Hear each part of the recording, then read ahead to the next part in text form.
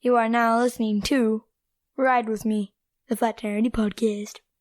Welcome to Ride With Me, episode 132. Today is February 15, 2025. And let's start the same spiel on the hotline, guys. Somebody called the hotline twice, same phone number, but did not leave a voice message. I cannot use your audio if you don't leave a voice message. That number is 818-806-8595.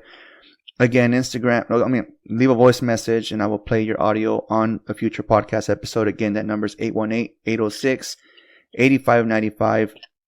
Instagram, Ride With Me Podcast, TikTok and YouTube, FTA Podcast. And then if you listen on Spotify, hit that follow, rate the podcast, comment. And if, I'm also on iHeartRadio, Pandora, Apple Music, and all that good stuff. But, and again, that's my guest in the background, by the way. Perla. Don't forget to check out the website, www.per-la.com. Go check it out. Good merch, good sweaters, good quality. And now let's introduce my guest. Today I have my friend Liz. Hola, Liz. Hi. Hi. How are you? I'm good. Just a little tired. We took the family to medieval times, and it was a fun experience. I've never been to medieval times, and before we went, I actually had my 16-year-old son watch The Cable Guy. I don't know if you've ever seen the Cable Guy.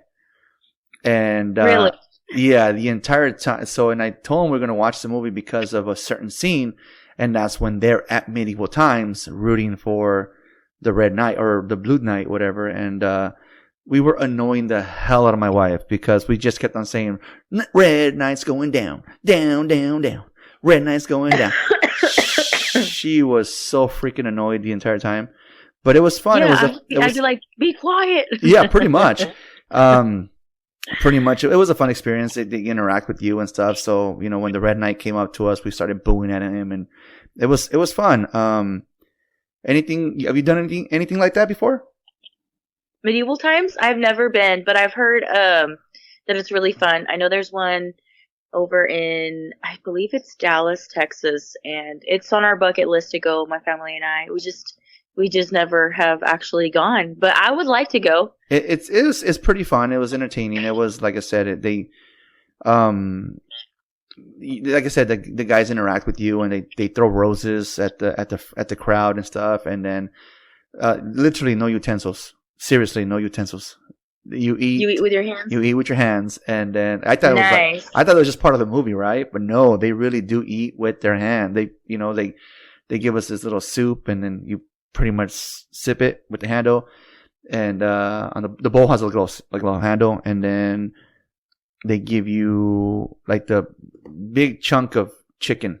It's a like nice size. Whole chicken leg? Yeah, like it. No way. It still has like the breast, the leg, and the thigh, everything attached to it. It's like half a chicken. That's some caveman stuff. And pretty much. And then they give you like a dessert after. They give you like a little corn on the cob. They give you a little potato.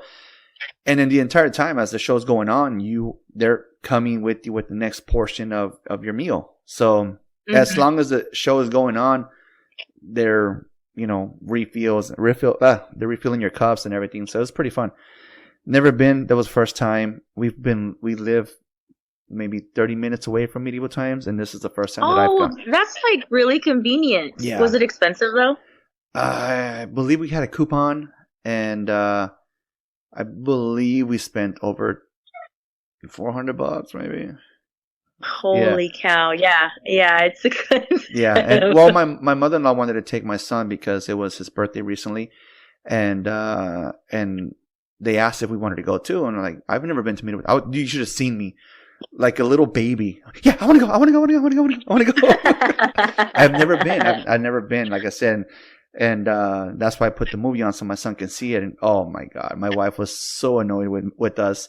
Just the moment we saw that the Red Knight did turn heel, like a bad guy, I was like, yeah, we knew it. So it was pretty fun. But enough about medieval times. How are you doing? How's the weather? How's everything? And you live in Texas, right? Yes, I live in West Texas. It actually today was it was sunny this morning. It was perfect. It was warm. And then now it's 8 p.m. and it's cold. So it's bipolar over here.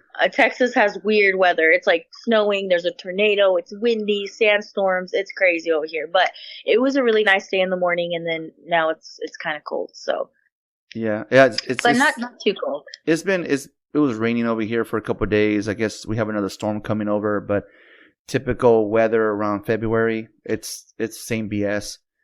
It's the same pattern every year for us. So, nothing new. Yeah. Nothing new. Yeah. Yeah. Texas. My brother's always sending me pictures of Texas or of the weather, or my cousin likes to post, like we got 3 inches of sunlight this morning or whatever, some shit like that.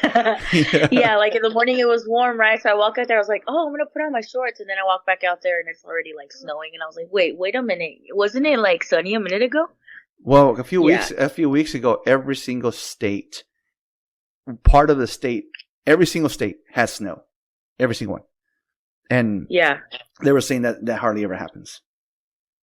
So, yeah. That's crazy. We didn't get much snow over here, but I mean, you never know when it's going to snow a lot or not. This time we didn't get a lot of snow, but I guess it's a good thing. It's the beginning of winter. It's just not going to end. It's just starting. Yeah. It's just starting. So, again, people don't know, Liz, I met her through TikTok like I do most of my guests lately, and brought her on, and I guess we're going to get a little started here.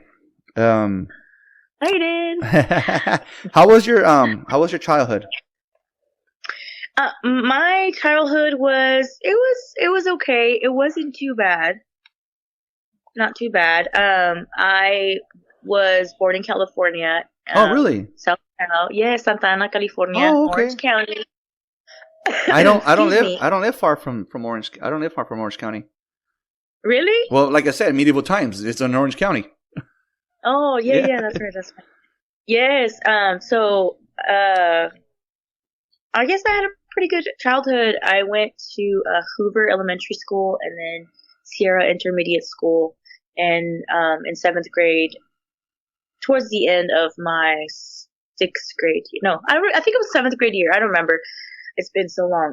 We moved to Texas just because just living in California was so expensive. We lived in a small apartment with 1 bedroom, and my dad was paying like almost $1,000 a month. And it was 7 kids and my mom and dad. I believe it. So, yes. And, but our parents made sure that we did have a childhood. I remember laughing a lot, getting in trouble a lot, but other than that, it was, I think I had a pretty good childhood. How was, you said 7th grade when you moved to Texas? Uh-huh. How was that? Because I know you weren't an infant, so you had obviously friends. How was the transition of you moving to Texas? So when I first got to Texas, everyone was really friendly. Howdy, hello, how are you? And so it was really weird for me to be like, hi, to say hi back, because in Cali, you just don't do that. And, at least from where I was at, because I was in the barrio, but everybody was really nice. Their style of dressing was different because they could wear regular clothes at school. And so in California, you had to use uniforms at certain schools. Right. So I would go to the school in Texas with uniforms on, and people would look at me like, what the heck? And then I was always so defensive at everything because I thought I was a chola coming from, South Cal. They'd be like, hey, where did you come from? And I'm like, California. And they're like, dang, that is so far away. And I was like, yeah. Like, I thought I was so gangster. Yeah. But I think, that was a big difference. It's like everybody was friendly in school, and in Cali, it wasn't like that. When we, I'm not originally from this town, but when we first moved over here, it was tough for me. I hated it in the beginning. I was like honestly fighting with my wife a lot because I missed home. And yeah, no, it was crazy. It was crazy moving over here as an adult. That's why, like, you as a child, you know, I'm sure you had friends that you had to say goodbye to and everything. But I remember my friend Ish, his wife was like, "You guys are moving? No, he's the only friend I like for my husband." Aww. Yeah. So Yeah. that's cool. So but I'm glad that I moved to Texas, because in Cali I was getting in a lot of fights and I was getting suspended, and I never did drugs in, Cali, but I was exposed to it because a lot of the students would smoke a lot of weed. But am I allowed to talk about weed here? Go for it. Yeah. A lot of kids, oh man, I can't forget this, but like 5th graders, some of the girls were pregnant. What? It was, yeah. What part of Cali did you live in? Damn. That's crazy. Satan, I'm telling you, it was in the barrio, the ghetto. Like, my parents were really strict with me, and I'm really grateful that they were. But like, me going to school in Cali and trying to be gangster, it like got me into a lot of trouble.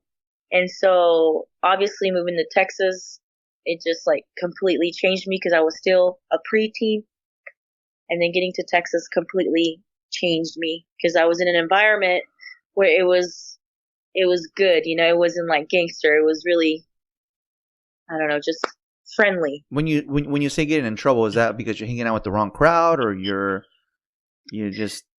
Honestly, I wasn't even hanging out with the wrong crowd. I just thought I was a badass. I was walking around, just, I don't know.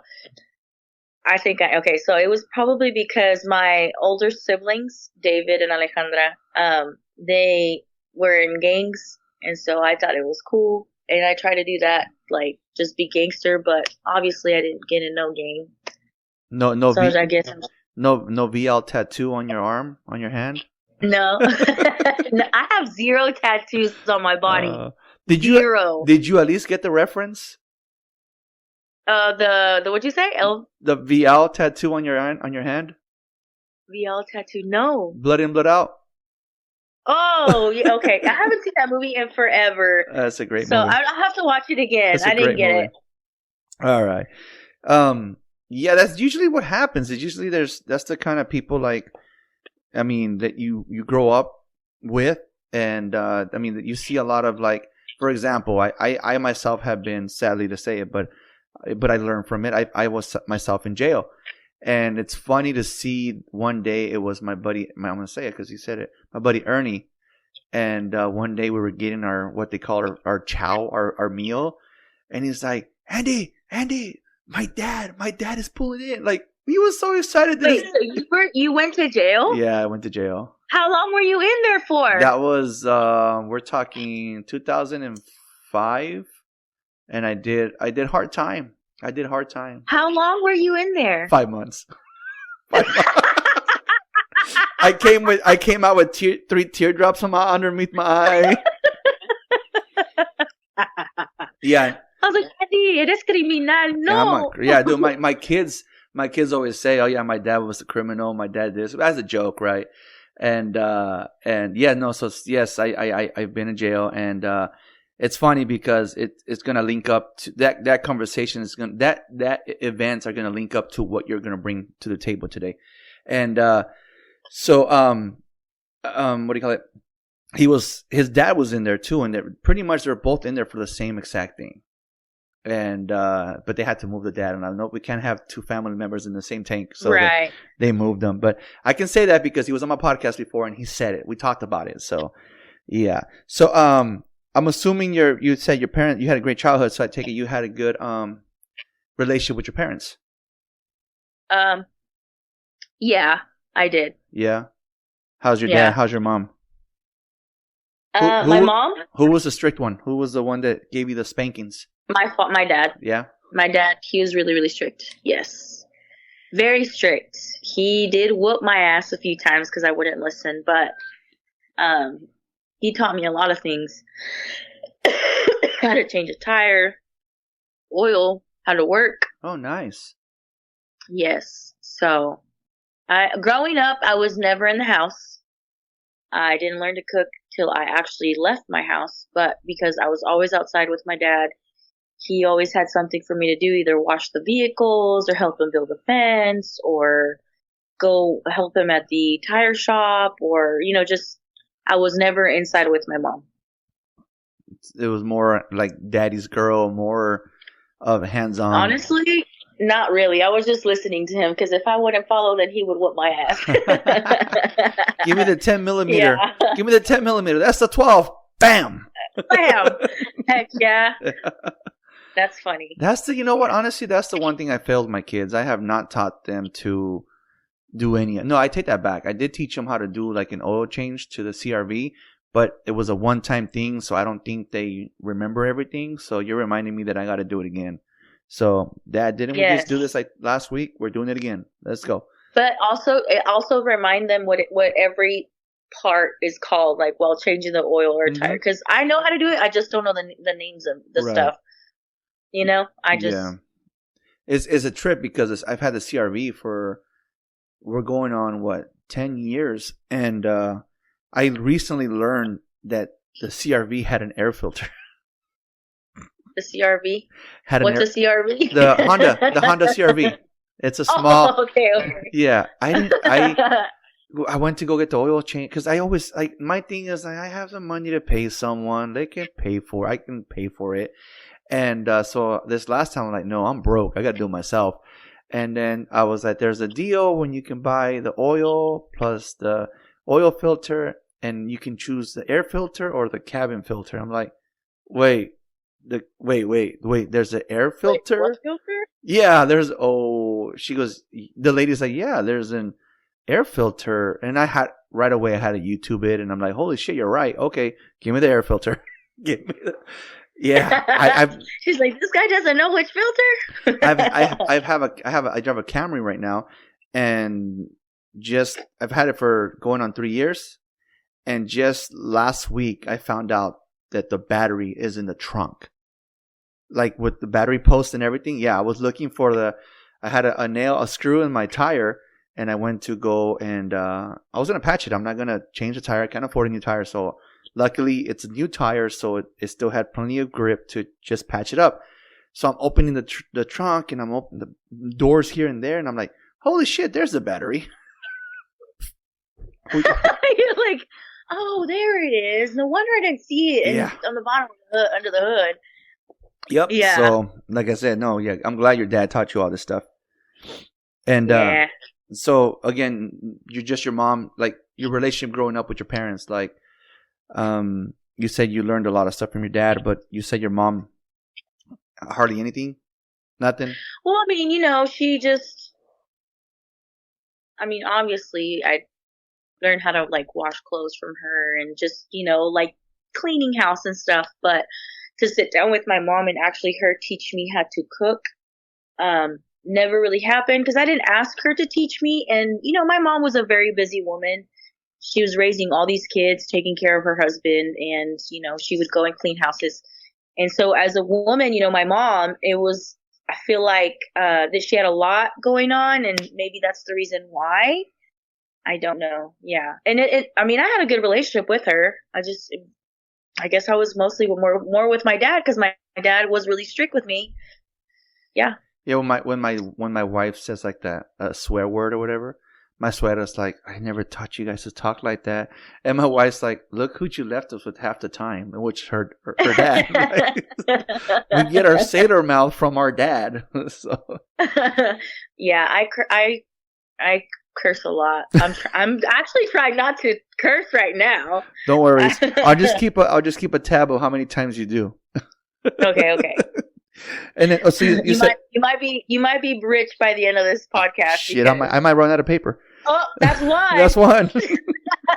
And that was me. That was you. So you say you have siblings. Earlier you said 2 brothers. I do. 2 brothers. I have 3 brothers and 1 sister. 5. Nice. So it's 5 of us in total. Nice. How's your relationship with your siblings? It's good. Everyone, they have their own lives, so we pretty much don't talk often, but when we do, it's like we never stopped hanging out or being around each other. I have a brother who is in Tijuana, And I have a sister who's in Cali and Dana Point. And then I have my other two brothers who are close to me, about 30 miles from our hometown. From where I live, he's about 30 miles. So I get to see them at least every 2 to 3 months because they work, No, that's good. Yeah. So they're probably the ones that I'm with the most and the closest with. Yeah. Yes. And I know you have kids. How did they get along with your kids? Are they good uncles? Oh, yeah. Yeah. Yes. Absolutely. Yeah. I wish my brothers were like that. I wish Aww. You made me cry, Liz. Nah, my mom. I'm so sorry. My mom. What? Why? Why are they not close to you? My mom had 12 of us, right? 12 of us. And out of the 12 of us, I talked to maybe 3 of them. And they're the ones that live the farthest. I have 2 brothers that live in Texas. And then I have a sister that lives in Chicago. And then my brother Angel, who lives in Camarillo. He's the closest. How was that growing up with 12 siblings? How was it? Oh God. Well, we were supposed to interview you, but here we go. No, it was. I mean, I did most of the heavy lifting. If you talk to my sister, you sit down with her, she'll tell you that I was her brother, her dad, and I'm the one that got them ready for school. I'm the one that sent them to school. I'm the one that would feed them dinner when they got home. I'm the one that changed their diapers when they needed the diapers changed. I've been changing diapers since 1988. I started changing diapers in 1988 when I was only 6 years old. Not even 6, 5.5. And I think the last diaper I changed for a sibling was back in 2003. So from 1988 to 2003, that's how much diapers I changed, in that time frame. That's a lot of diapers. Yeah. And that's because they go through 5 a day. Okay. And so yeah, no, I like I said, I was the dad / brother, and it's a trip because I had a brother of mine tell me recently that they respect me because of the fact that I was their brother and their dad, and they respect her because obviously she's mom. But it's because my mom and I don't get along, and it's kind of like saying that we're the ones fighting for custody, right? I'm fighting with my mom for custody for my siblings. So my thing is, as long as they live with her, I refuse to talk to them. I can't, because their minds have been made up. So much poison and so much hatred in this family that your mouth is wide open. Yeah, so much. I know. Yeah, so you and your mom don't. No, so we don't talk. Oh my gosh. The most I talk to her is on her birthday. I'll send her a happy birthday text, and even writing the word happy, I struggle. And yeah, and so it's honestly, some of my brothers, the ones that do talk to me, they're like, well, for a long time we hated you, yeah, but now that we're adults, we see things for ourselves. Mm-hmm. So that's why the ones that do talk to me are because they're like, nah, this is not the way shit went down. Or one of my brothers was raised by my grandma, so for a long time we didn't see them. We didn't see them for 8 years. That's crazy. And then and so we had the thing about my mother is that she never taught us to respect one another.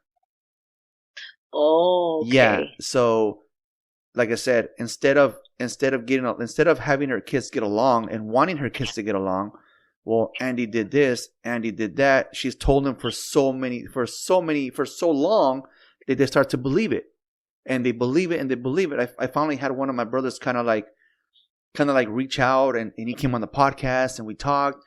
And then this past September, I think he was at the end of the day was like, no, this feels too good to be true.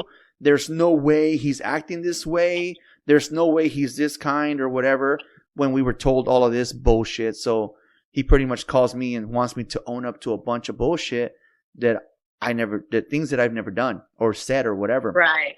And I called one of my brothers one day. I'm like, look, dude, because this is the biggest issue right here. the biggest issue is that I always got blamed for calling CPS, Child Protective Services, and my mom always blamed me.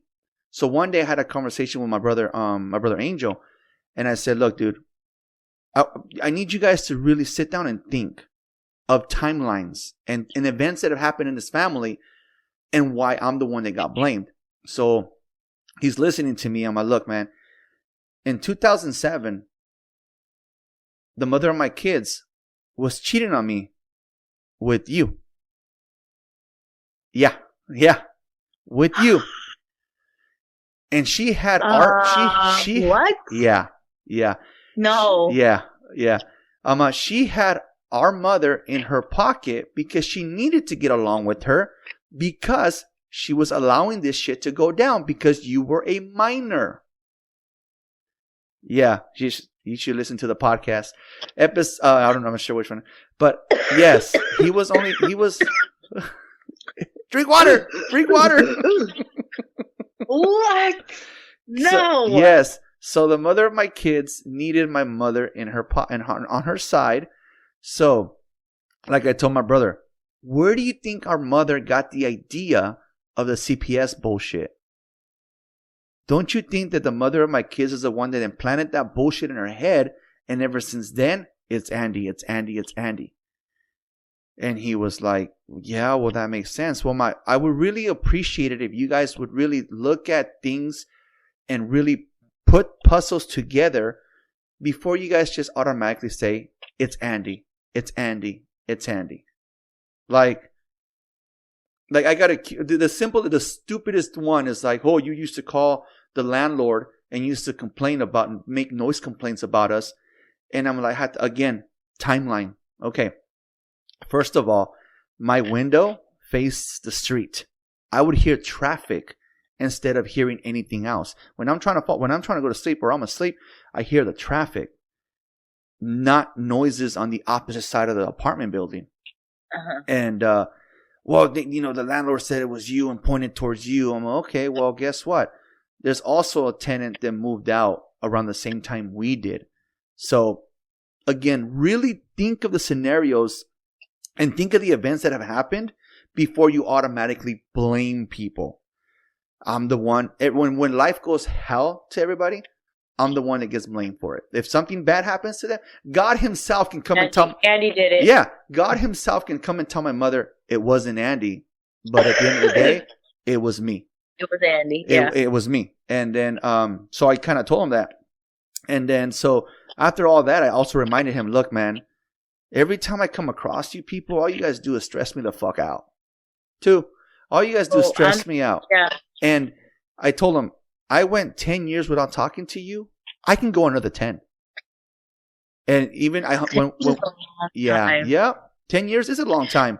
But again, coming like first of all, you tell me the past is a past, but you still want me to own up to bullshit that you believe I did? That I didn't even do? Yeah, no. Here's the thing. I got called CPS a few times because I used to live with two of my brothers. We were roommates. But then I got married, and for a little bit, my wife moved in, and when I got custody of the kids moved in. So then we had to, obviously there was tension in the house. I had to leave. And, we lived in the same apartment building. We just lived the apartment over. And, when we moved, CPS came to my house a couple of times. I didn't blame anybody. I didn't go say it was them because we moved out. That's the difference between me and them. I don't blame them when something happens in my life. I kind of figure out and put two and two together. Oh, interesting. Yeah. This is what happened. That the same thing happened that apparently I text one of my brothers and was trying to lure him into some bullshit. And I was like, interesting that I got blamed for that, because I can pull up my oldest text message on my phone where the same exact thing happened to me, where someone texted me pretending to be an ex-girlfriend and tried to start some bullshit. But I didn't blame my mother or my brothers. Yeah. So that's why I said every time you guys come around, all you guys do is stress me the fuck out. So it's like better yourself from that situation. Exactly. So I'm like, you know what? Honestly, I came to the point in my life where I'll cry for somebody, but that's it. One and done. I missed one of my brothers for a very long time. I missed him for 10 years, and I got him back, and they even told me, enjoy him while you have him. Yeah. Because now I don't have him. So I enjoyed him. The little time that I had with him, I enjoyed it. So you're... Oh, sorry. No worries. Oh, she put me on mute. She is... Sorry. No worries. I was just saying you put me on mute. But so yeah, no, enjoy your siblings to the people that have them and get along with them. Like, honestly, I struggle with that because my wife gets along with her siblings, and every time it's like, oh God, here we go. Oh, they're calling her phone. Yeah. Or when they call my phone, I'm like, why are they calling me? Like, you know. Yeah. Yeah. So that whole CPS situation in our lives, I mean, so this is where it's confusing. I know that I said it was 7 of us that they were trying to raise, but it's because David and Alejandra, my oldest siblings, are from my mom's first marriage. And so David's 14 years older than me, and then Alejandra is 12 years older than me. Okay. And then my 2 younger brothers are born, after me. So when my siblings were, in gangs and stuff, doing their own lives, my sister had kids, and, she was lost in drugs and things like that. So at that time, she had 4 little kids. Oh. 4 little kids, yes. And the drugs absolutely took over her mind and her body. She was so lost. And my mom took my 4 nieces and nephews, because it was 2 nieces and 2 nephews, and they came to live with us, and that's how we became 7 of us that they were trying to raise. Me, my 2 brothers, and my nieces and nephews. Gotcha. And so because CPS got involved and they took the kids away from my sister, that's, yeah. I hate to break it to you, I'm the one that called CPS. Really? Well, I get blamed for everything. Oh, you called CPS on my sister. Oh, God. Here we go. Whoop. Went over her head. Whoop. That one went right. I was like, really? Yeah. Oh, my bad. Yeah, no. That's what I say all the time. Like, when something happens, it was me. Oh, it was me. That was funny. I'm sorry. I suck at catching jokes sometimes. I'm terrible. No worries. Yeah. So when CPS got involved, my mom and dad, took over the 4 kids and us 3, and it was a lot. And before we moved to Texas, two of my niece and nephew, because there's 4 of them, 2 of them belonged to one guy, and so he got custody of them. And before we moved to Texas, they separated. Oh, okay. Yes. So then it was just 5 of us that came with my parents, and then we just grew up from there. Yeah. You guys keep in contact with your nieces and your niece? Yeah. Yeah. That's good. Yeah. That's good. I have nieces and nephews, and some of them, they don't even want me to go talk to them. They don't want me to visit them. They want me to keep away from them. Others are like, it's okay. But that's the relationship that we have. I have a niece that lives like literally 15 minutes from here, and I'm not allowed to go talk to her. Oh my gosh! Because I don't get along with the dad. So how can I go and visit his daughter? Yeah, so, I get you. Yeah, so it is what it is. It sucks when it's like that. I mean, but it is what it is. Like you said, it is what it is. It is what it is. What about your husband? How meeting your husband? How'd that go out? I met my husband when I was like 9 years ago, so almost 10 years ago. I think I was 24. I was 24 years old, and he was 22. 22 turning 23. Straight cougar. We met at a barbecue. Huh? Straight cougar. 2 years, it ain't nothing. I was working at a clinic, and a friend of mine was working there, and she was like, hey, you need to come to my brother's birthday party. They're going to do a barbecue. And I'm like, okay, I'll show up. And so I showed up to the barbecue, and my man was there, but he was taken at the time, okay? Whoa. And I seen him from Cougar? Yeah, I know. Cougar and a homewrecker? Damn. Oh, nah, Andy, nah. No, así no soy. Esa no soy yo. Esas no son cosas de Dios. No, he was there with his girlfriend, and so I introduced myself. I said hi to him and his girlfriend, and she was really sweet. I didn't pay attention to him much. I just saw him, and I was like, damn, he's fine. But what did it for me that actually caught my attention of him was he went to get something to drink from the cooler, and he grabbed a red Kool-Aid. And he opened it, and he's like, shit, I'm getting fucked up off Kool-Aid tonight. And he started chugging and I was like, that's it. Like, that right there was, but of course, I didn't even react because he's taken. Yeah. Anyway, so time went by, and him and his girlfriend broke up, and then we became friends, and it just, from there on, we just became inseparable. That's good. So you guys been together? Yeah, and we're going to be together 10 years in July this year. Awesome. 10 years. A big rock on your finger right there, too. Yes, thank you. Thank you. I know. She's so pretty. how long did it take us to get married? Well, here's the thing. We are legally married. We haven't gotten married like through the church yet. But we've been together for 10 years in July. So, okay, how long did it take us to get legally married?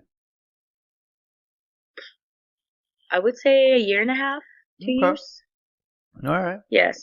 It's about the same thing. I think my wife and I got married after 2 years. Yeah. But we did the same thing. We got married through the courts, and my mother-in-law she was not having it. Oh no. Man, let me tell you. Okay, let me tell you the tea of what happened.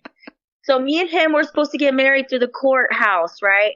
And we went and filled out paperwork, but we forgot to tell them, like, I guess you're supposed to say not to put it in the newspaper, because we were going to surprise the family that we're going to get married through the courthouse. So we go do that, and you have to take the paper to get by like a priest or something like that. Yeah. Well, that week, one of my sister-in-laws sent a picture where it says in the newspaper that Elizabeth Perez and Ramon Holguin are getting married or something like that. And she was like, why didn't you tell us? So the whole family, Andy, got so butthurt with us. Straight Selena Quintanilla shit right there. Literally, they were we were going to surprise them. I thought they would, but they were so upset that we didn't tell them. And yeah, that's... So that didn't happen. The wife and I, the reason why we got married through the courts was because the new year was kicking in, and I needed her to have insurance. And I think she had just gone off her dad's because she already had turned 26. So they had to boot her out of the insurance. You can have literally have your kids on your insurance until they're 26. So pretty much from the moment she turned 26 to the end of the year, she pretty much had no insurance. And I'm like, well, babe, we already said we're gonna get married. We might as well knock this out so I can add you to my insurance. And then literally a month later, we're getting married through the church because my mother-in-law was not having it. No, yeah, yep. So, Dele, Andy, porque esas no son cosas de Dios. Whoa there! You have no right to be telling me that. You no judgmental here, eh? What does Crucito and Blood and Blood Out say? No sermon this? No sermon this? No sermon this? Which one? Who? Crucito when they're lecturing him, he says no sermon this, remember, or something like, or Miklo does it when they're pretty much saying no, don't lecture me in a way. Don't lecture. I need to watch all these shows you're talking about because I don't think I've ever seen that one. Blood and Blood Out's a great movie. Oh, Blood in Blood Out. Yeah, That's right. That's gonna be on my list. I'm gonna watch it. It's on Hulu. It's a Disney movie. Oh, no. A lot of blood in that movie. It's a Disney movie. Heck yeah. All right. Yeah, no, that's cool. Like I said, my mother-in-law wasn't having it. And we ended up getting married because we go to church and the priest is there. He's pretty cool. And he says, hey, I understand that sometimes this is expensive. And so if all you can pay me is with a chicken, I'll take a chicken. And so she emailed him and she told him that our situation. We had just got custody of the kids and they haven't been baptized either. And so she emailed him, gave him the story, and he responded with, let's make this right. And so the kids and the kids and my wife and myself all got they got baptized. We got married all the same day. So, yeah. Nice. So when you see the group photo of that wedding day, it's a big one because you have the what is it called, the best man and the what do you call it, the bridesmaid, and then you have the 3 kids with their pair of minos. So yeah. Oh, that's cool. Yeah. So did y'all have chicken after? No, we did slip them 100. So we slipped them 100. Because you said you guys are gonna give a chicken nugget. Yeah, we slipped them 100, and my wife says that if we ever win the lotto, she wants to go give him like part of it because he's a good priest. Yeah, he's a good priest. But what came after? So you guys got married, and then I know you had a child before, but like motherhood. How's motherhood for you? How's motherhood treating you? Right now, motherhood is good. It's going good. It's hard sometimes, but I can't complain. It could be worse. It's not easy, but it's good. Yeah. It's good. Yeah. You have I believe you said you have a, what is it, 3-year-old? I'm sorry, 4-year-old? 4-year-old, and yes, sir. 12-year-old? 15-year-old. 15-year-old, I'm sorry. And comparisons on the behaviors. So my 15-year-old, she was easier to like potty train, and she wasn't such a grumpy child. She was bubbly, and it was girls are just easier. My son is he throws tantrums. Potty training was hard, and he's literally stuck to me 24/7. Right now he's not, because he's playing with one of his little cousins, but that would be the difference. And I guess because with my daughter, I had more help, because I was a single mom. Yeah. Asked to being a stay-at-home mom now, and I get to stay home with my little one. That's where the big difference comes in. And where is he when you're on spending half your time on TikTok? Who, my husband? I'm just kidding. I'm just fucking around. I'm just joking. I meant your son, but I'm just joking. Oh, my son? Yeah. He's either doing an activity, I put him to do an activity, or I put him to watch TV for a little bit for 45 minutes. Color this book while I go on TikTok. Do what? I say, here, color this book while I go on TikTok. Yeah, or if I see that he's busy playing with his toys, then that's when I take advantage, and I'm like, okay, I'm going to make a TikTok. But then sometimes also I have some drafts in my TikTok, and that's what I post. Yeah. Oh, yeah. Yeah. Did you miss TikTok when it was gone for like 12 hours? I did it. Well, I didn't miss it, I guess you could say. I was just really sad that it was gone. I wasn't like fiending for it because I got on Instagram, but it wasn't the same. My son's kicking himself in the ass because he deleted the app, thinking it was never going to come back. No. Yeah. He was kicking himself in the ass, like, "Oh, come on, Dad." I'm like, "Dude, you fucked up." And then I feel bad because I go on people's lives and I just start liking their screen, and I like their lives, and I can't recharge, so I can't buy more coins to give people. Hey, okay, so I was on live the other night, and some of the people that were watching, they were like, "I can't buy any more coins," and I'm like, "What?" Yeah. Yeah, no, it's not. It's so because it's no longer on the App Store. The app, when you hit coins to add more coins, it can't take you to the App Store or to where you have your wallet. Or, for example, me, I have Google Rewards points. So whenever I buy coins, it's from there. But if the app is not in the Google App Store or whatever, iPhone or whatever, it won't link up. I heard you can do it through the computer, but I'm not sure. I'm not sure, but I was on live last night, and I was like, my washer broke. I was trying to make money on TikTok Live, and they're like, I can't buy coins. Yeah. So I guess I'm going to have to wash clothes by hand, but whatever. Really? And then Moncito, my son, my little 4-year-old, he's like, Mom. And I'm like, Mijo, I'm working on TikTok. Hold on. Yeah. I'm trying to get us a new washer. Is this or OnlyFans, damn it? Oh, heck no. I could never.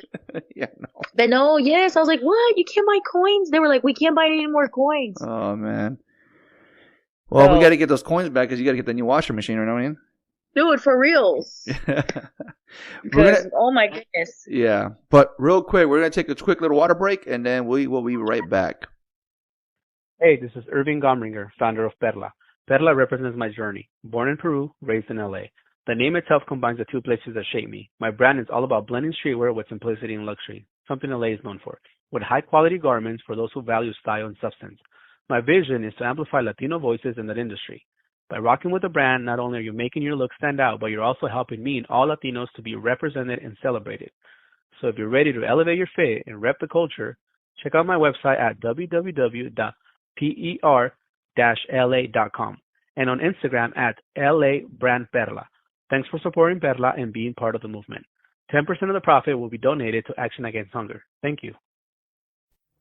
And we are back. ¿Cómo estás? Let me see. All right. Let me see. We are back, and Liz is back, and we're going to get into the main topic of this conversation. It's not a nice one. It's I've had somebody else come on the podcast in the past and talk about this topic. I grew up living through this, and I also have myself I'm not a victim of it, but I have been the what would we call the other person? What do we call that? I've been the aggressor, I guess. It's a nice little topic of domestic violence. And so how old were you when you first this is your daughter's father, right? Yes. So how old were you when you first met this guy? I was 18 years old. 18. And then love at first sight? Love at first sight. Honestly, no. I just thought he was hot. Oh my God.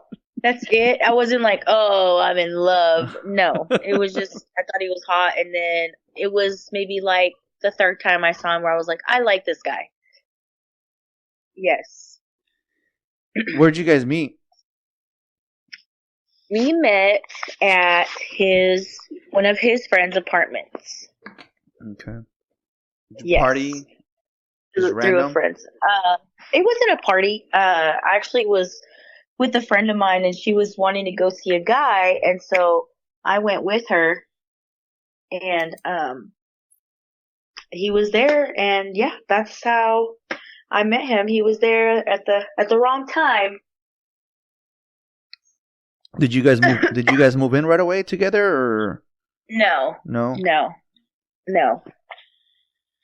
So did the incidents happen before or after you guys moved in, or like did you guys ever move after? Okay. So after you guys moved in together, there was obviously some signs you missed, maybe like you didn't. So after we moved in together, so this is what happened. We were together. It was my senior year in high school, and then I graduated. And one day he called, and he was like, "If you want me to stay with you, you're gonna have to move in with me." And so me being young, stupid, and dumb, I was so blinded that I was so in love with him that I was like, okay. So I left my house without even a bendición from my parents. Went and lived with him, and it was fine for the first few weeks. And then I started realizing how much of a controlling freak he was. And when he would drink, he was just so angry, and he would blame me for things. And of course, I would speak my mind, and then that's when the first slap. I was like, "What the heck?" Oh, I'm so sorry. I won't do it again. Please don't leave me. And so I was like, okay, because you think you're in love with somebody, and then the incident would happen again, and I'm like, "What the heck?" And it was like that for about 4 years till I finally left, because that first year we were dating, I got pregnant. And he would beat me also when I was pregnant. I don't know what I was thinking. I don't know why I didn't leave. Like full on beatdowns? Just hit me in my arm or my face, Oh, or he would push me. See, when I got with the mother of my kids, and like I said, I am not I'm not a saint. We said earlier about me going to jail. When I was with the mother of my kids, within 9 months, she cheated on me. and she cheated on me with, again, an underage child. And so that night, I had no idea where she was at. I'm trying to get to work. I have my daughter, and I had to go drop off my daughter at her grandma's house. And the next morning, I get home from work, and she, pulls up a couple hours later, and I pretty much start raising my voice at her, and I am pissed off, and I slapped her. I full on fucking slapped her. And I obviously regretted it. But I grew up around, domestic violence all the time. My mom always got beat. And in my mind, to me, it's like, at the moment, obviously I didn't think about that. But as I grew up and went to therapy and stuff like that, I realized, okay, since I was around this my whole life, it's like, to me, was like, okay, well, if I hit her, she's not going to leave. She's going to stay, because that's what I always witnessed happening. My mom was always getting hit, and she always stayed. So, that was, I believe, in September of 2004. And then in the one that got me arrested was the, an incident that happened in October of 2005. And again, she fucking took off, and she was cheating on me again with the minor again. And the one thing I didn't want her to do is, I knew where she was going. And I told her, hey, do not take our daughter. Our daughter shouldn't be seeing this shit. Yeah. She shouldn't be seeing this stuff. And so I told her, hey, hand me over my daughter. And what pissed me off is she said, she's my fucking daughter. That's what she responded. Because my daughter is not biologically my daughter. I raised her since she was 4 months old. And she said she's my fucking daughter. So I lost my shit. And like they do in wrestling with the clothesline, I hit her so hard across her chest that I knocked her on her ass, and she hit her head on a toy. And that's when I ended up getting arrested and was in jail for 5 months. And they told me that they wanted me to own up to the fact that I child endangerment, which I never hit my daughter. And that's what took the longest, because I refused to own up to that charge. And then the last time I went to court, they brought my daughter in the courtroom. She's yelling for me. She's screaming for me, daddy, daddy, daddy. And I'm like, fuck it, I'll sign. Where do I fucking sign? And yeah, I had the child endangerment on my record for a while. And I know I did it out of the passion of, I was in love with her, and she's fucking doing what she's doing to me. And I lost my shit, but it doesn't, it still bites me it bites me in the ass to this day, because this happened in 2005. And she still goes and tells people how I used to beat her.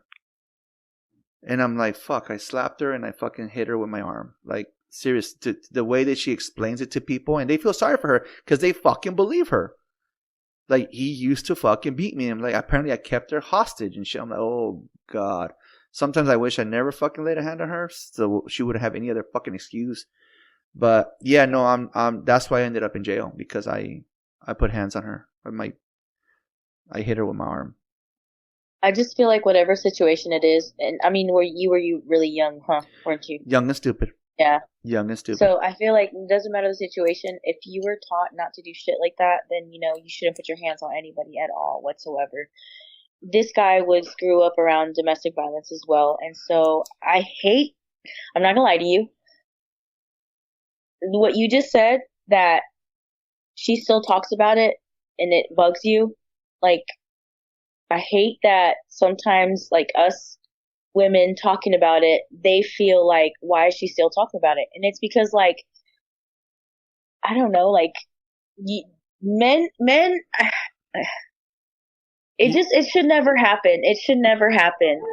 Just walk away from the situation, Unless she's, like, 7 foot tall and, like, really buff and she's beating the shit out of you, then okay, defend yourself, But what saved?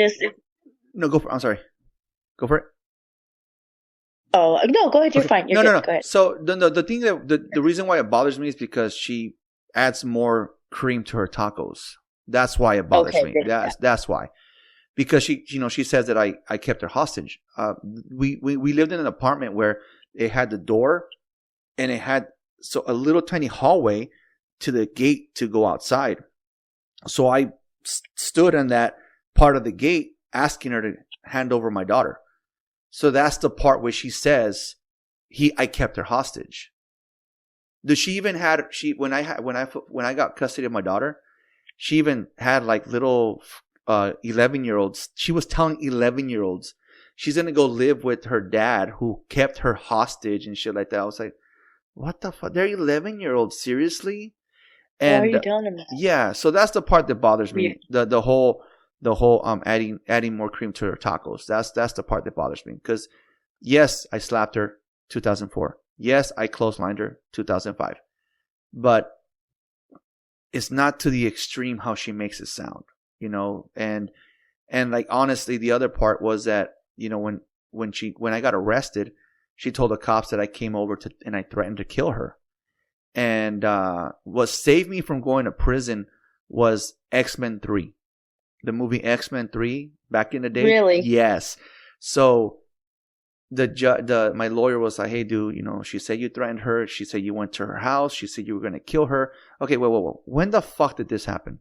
Well, it happened like around like 8 o'clock at night or whatever, blah, blah, blah. You know what's funny? You know what I was doing at 8 o'clock that night? I went to the movie theater by myself to watch X-Men 3. I can tell you how it started. I can tell you how it ended. And if you go look in my belongings, you will find the ticket in my pocket. Excuse me. No and worries. They found it. And they found it because then that charge was dropped. Yeah. That charge was dropped. So that's what I'm saying by she adds extra cream to her tacos. And she just adds more to the story. Exactly. So she is obviously, after learning what a narcissist is, that's what she is. That's what she is. Oh yeah, that's what my daughter's dad is. He's a narcissist, manipulator, bipolar, personality disorders, everything that you can think of.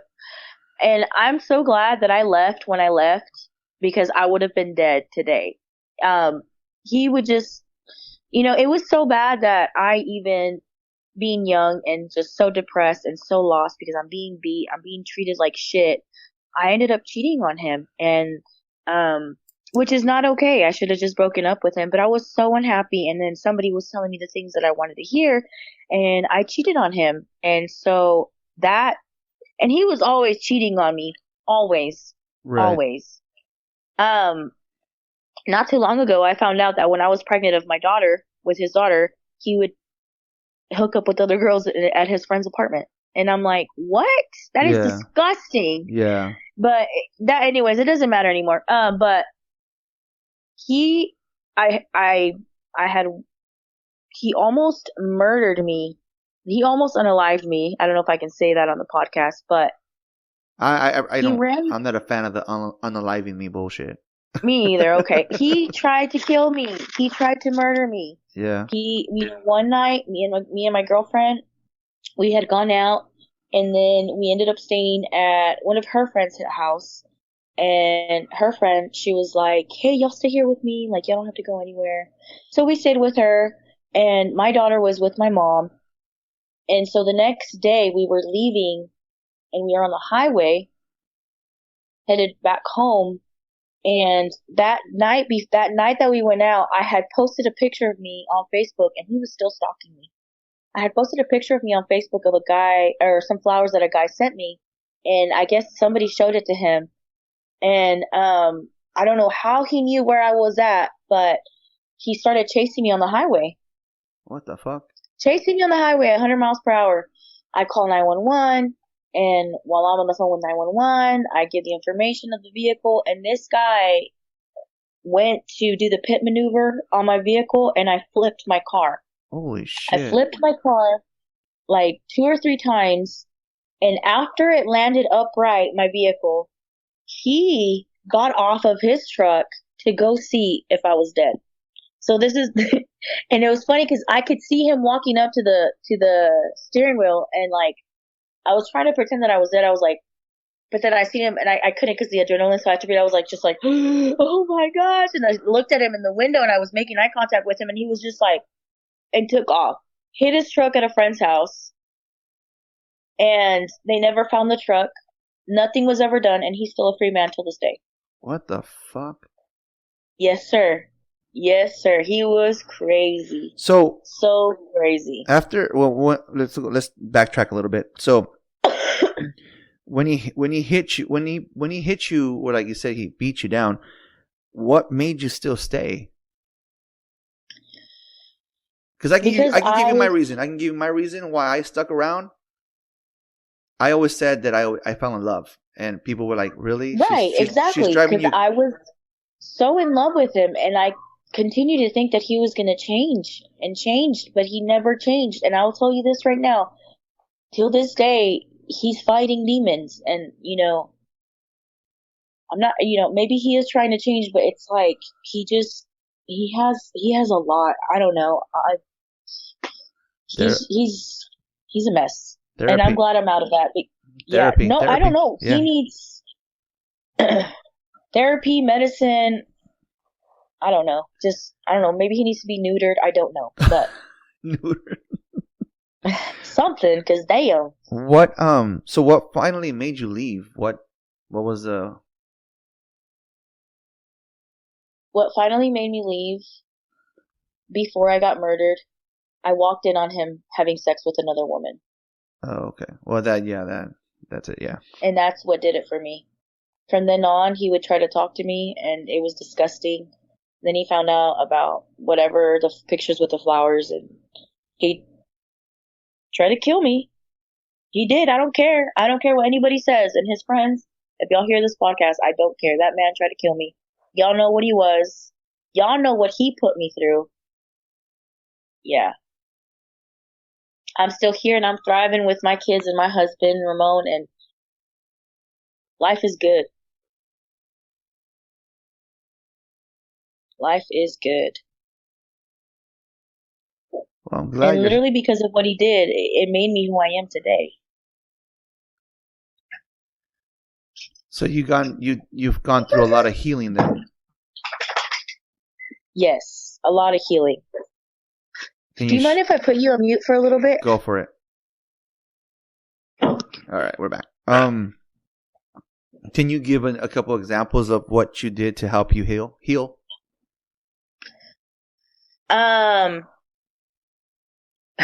Jesus, God, I got involved with the Spanish Baptist Church in my hometown, and became friends with a guy who did leading worship.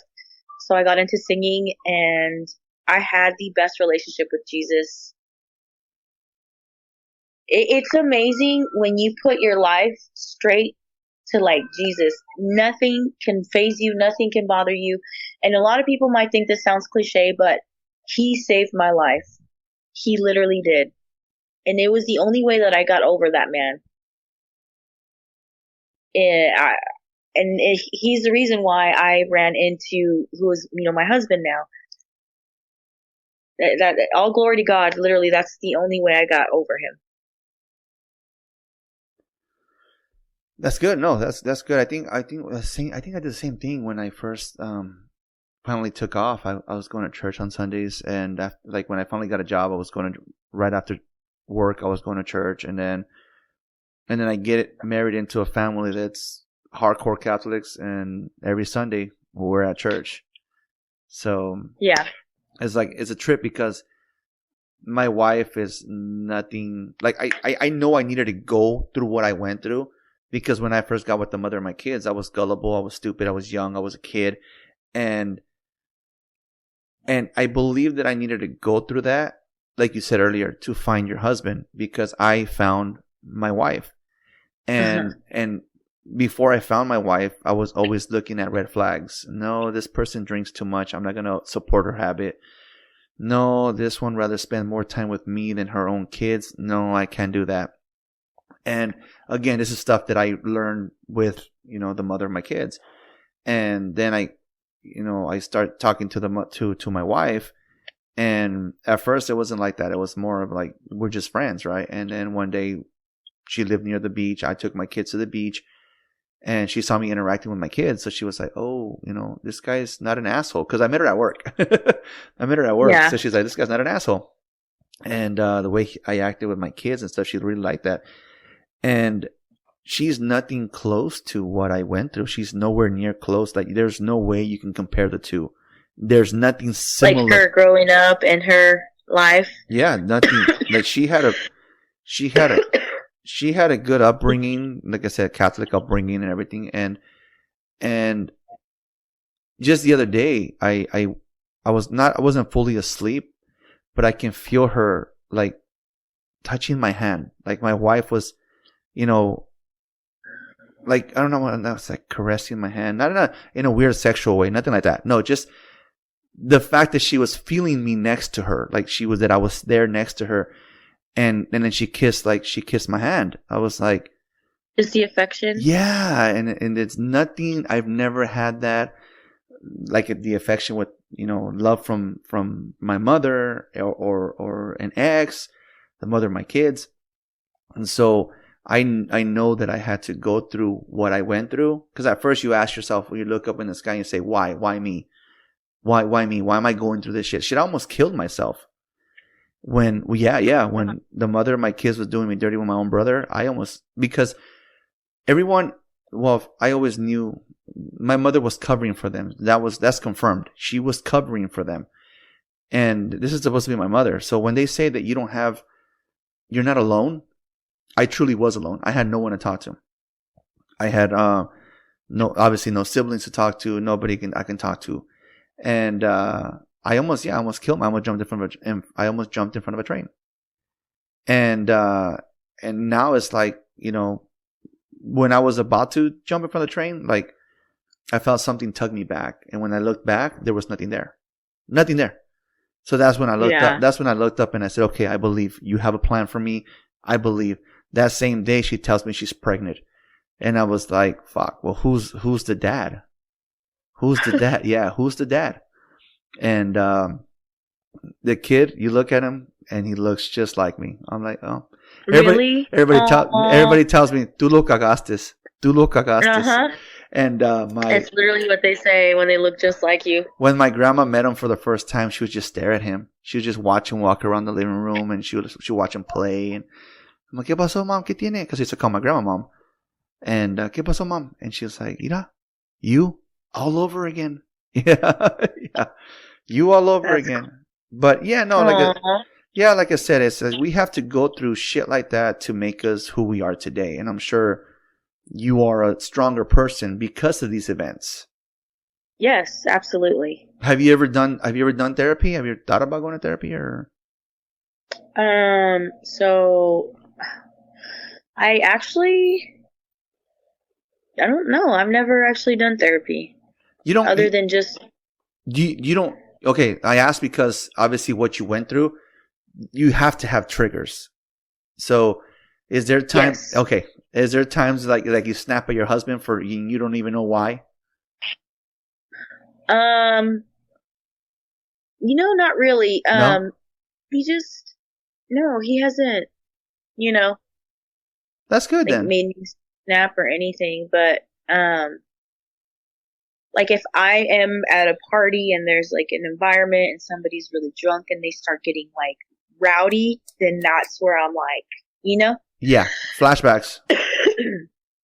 Because of going through so much trauma and being, in the domestic violence relationship, my survival what is it called? Survival instincts are like this. Yeah. So like, I don't know. I'm always on survival mode from since the domestic violence. Some little boy was drowning one time and I just blacked out and was in the water and he was out of the water. I saved a little boy from drowning. Seeing people fighting and like just trying to not, let them get into the fight or stopping the fight, getting in the middle, holding somebody in a headlock. I've done that. It's just, those are things that trigger me and I'm just in high alert. Like I become like this survival instinct robot. soldier. It's crazy. It's weird, but yes. So That's great. That's good. Because no, you're right. Because if I can think of scenarios where some shit like that happen, and it's like quick to react or whatever the case would be. And then for example, you know how I said I changed diapers from 1988 till freaking 2003. My godkids were staying with me for a little while, and I came home one day to catch my daughter changing my godson's diaper, and I lost my shit. Why the fuck is she changing the diaper and blah, blah, blah. I snapped at my comadre. I snapped at my wife. And then my daughter's like, Dad, I wanted to do it. I wanted to do it. But again, because of my upbringing, that's a fucking trigger for me. That's a trigger. Like, no way. I don't want to change diapers. I don't want to ever change diapers. My kids are like, Dad, when we give you grandkids, you're not going to change the diapers? Hells no. You better bring them fucking kids over here potty trained. Yeah. And that's now I don't ever, surround my I don't put myself, not anymore, where it's like, people start screaming or arguing or, things like that. Cause I'm just like, Yeah. And honestly, watching your TikTok videos and watching you interact on your lives, like earlier, you no idea that I've ever been to jail. You look so shocked that I said I've been to jail. The same thing. You would never assume that you've gone through any kind of trauma because you are always so happy. Your videos are always making people laugh. I was watching one the other day when you're like walking in a hallway and just something about your husband coming home or whatever, and like, oh my God, this girl so freaking hilarious. Yeah.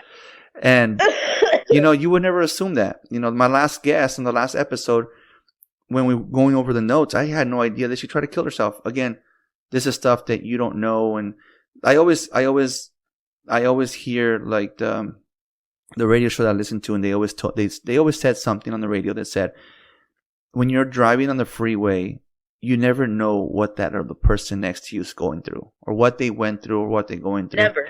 And sometimes after recording these podcast episodes, I go in the house, and depending on the conversation, my wife will see the look on my face, and I was like, maybe my life wasn't that bad,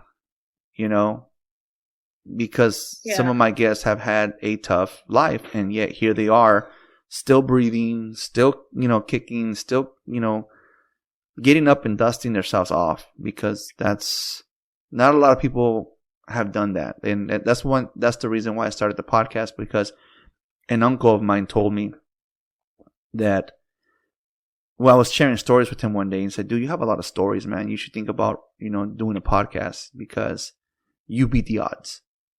Because a normal, I guess, a person, in reality, 9 out of 10 people that would have jumped in front of that train. And like I said, when the moment that she told me that she was pregnant, and like I said, look, I've had full custody of my kids for 10 years now. Yeah. So I was meant to be here to take care of my kids. Yeah, and you're meant to be here to do this podcast and tell your story and other people's stories, changing people's lives. Literally, it's inspiring and motivating, and so it's awesome that you're doing this podcast, and you should continue to do it too. Well, I've been on a roll for the month of December, January, and February, so.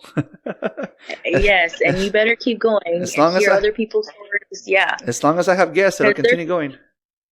There's going to be people out there that are going to listen to this podcast and be like, you know what? I can do it too. Like if this person is doing it, then I can do it too. And if you can touch somebody's heart and make a change, that's awesome.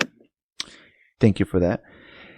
Well, we'll get close to the end here, because I want to get you back to your party and your kids. But I always ask parents this question, because you're a mama.